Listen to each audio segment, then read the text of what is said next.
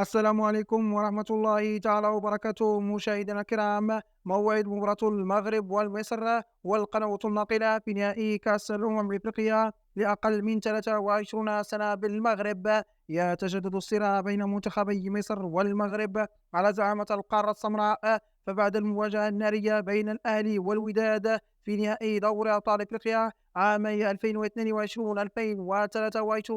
سيستضيف المغرب شقيقه المصري في نهائي كأس أفريقيا تحت 23 عاما مطلع الأسبوع المقبل. ويتطلع رفاق نجم أساسونا عبد الصمد الزلزولي لإهداء اللقب للجمهور المغربي من أجل مكافأته على الحضور بكثافة في مباريات الفريق بدور المجموعات ونصف النهائي هذه النسخة من البطولة المثيرة.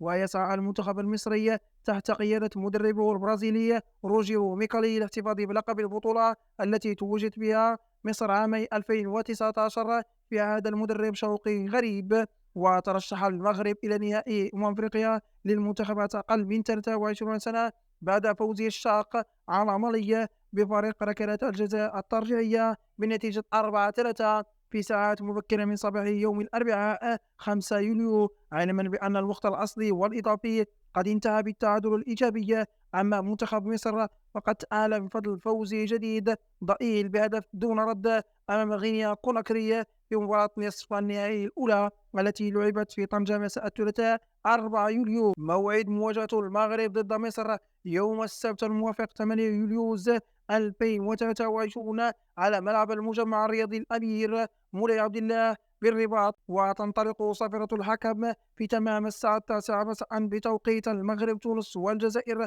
والعاشرة مساء بتوقيت مصر، والحادي عشر مساء بتوقيت السعودية. ويتم نقل المباراة المرتقبة على شاشات قنوات بي سبور القطرية بتعليق محايد، بعدما علق المصري علي محمد علي على 4 مباريات وبالمثل للمغرب جواد بدة. كان هذا كل ما يخص حلقة اليوم.